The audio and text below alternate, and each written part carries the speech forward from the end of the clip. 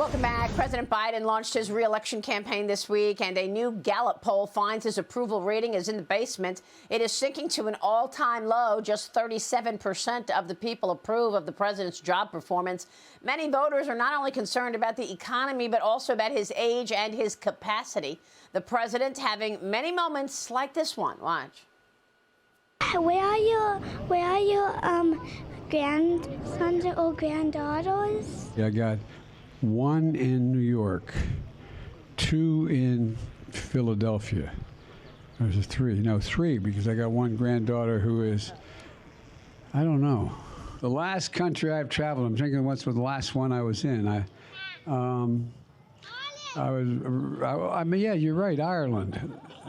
That's where it was. Wow. Kelly O'Grady, John Lonski, your thoughts here. I mean, you know, it's unfortunate. It's not funny. It's unfortunate. We're watching this, so are our adversaries. Your reaction?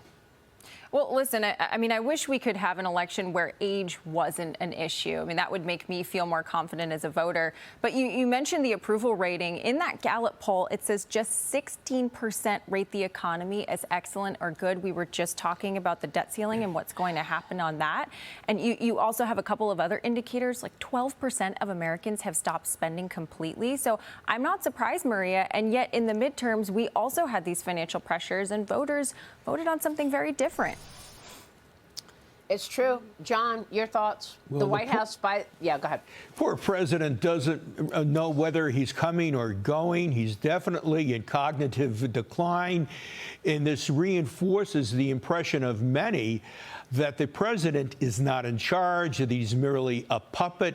We then have to ask ourselves, who are these puppet masters? Obviously, they are from the extreme left wing of the Democratic Party. As we keep expanding the role of government in the U.S. economy, it's this expanded role of the government in the U.S. economy that has me worried about inflation long term. I don't worry so much about Federal Reserve policy. I'm concerned with the rapid growth of government spending and also the rapid growth of regulations that's going to reduce efficiency, reduce incentives, and as a result, we'll be living with a significantly higher rate of price inflation than otherwise.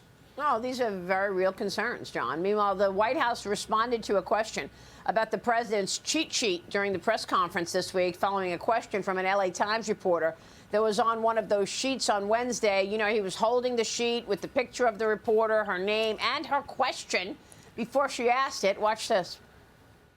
It is entirely normal for a president to be briefed on reporters who will be asking questions at a press conference and issues that we expect they might ask about. We do not have specific questions in advance. That's not something that we do. And in fact, I would point out the questions that was asked was different than what was on the card that you all saw.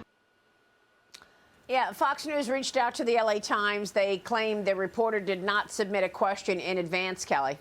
But it was the same question that was on the card, so it's a lot of coincidences. Well, exactly. And I mean, this is very frustrating. It's journalism 101. And you normally submit topics, right? But even the fact that there was a question-specific wording. I do have to say, Maria, though, I mean, he's not known for his eloquence in press conferences. So the fact that he's getting these ahead of time and this is all we're getting, I mean, that's pretty concerning, right? Yeah, John. Yeah, this cheat sheet reminds me that I think President Biden all but admitted to committing plagiarism when he was younger and still had half a mind. So maybe this comes as no great surprise.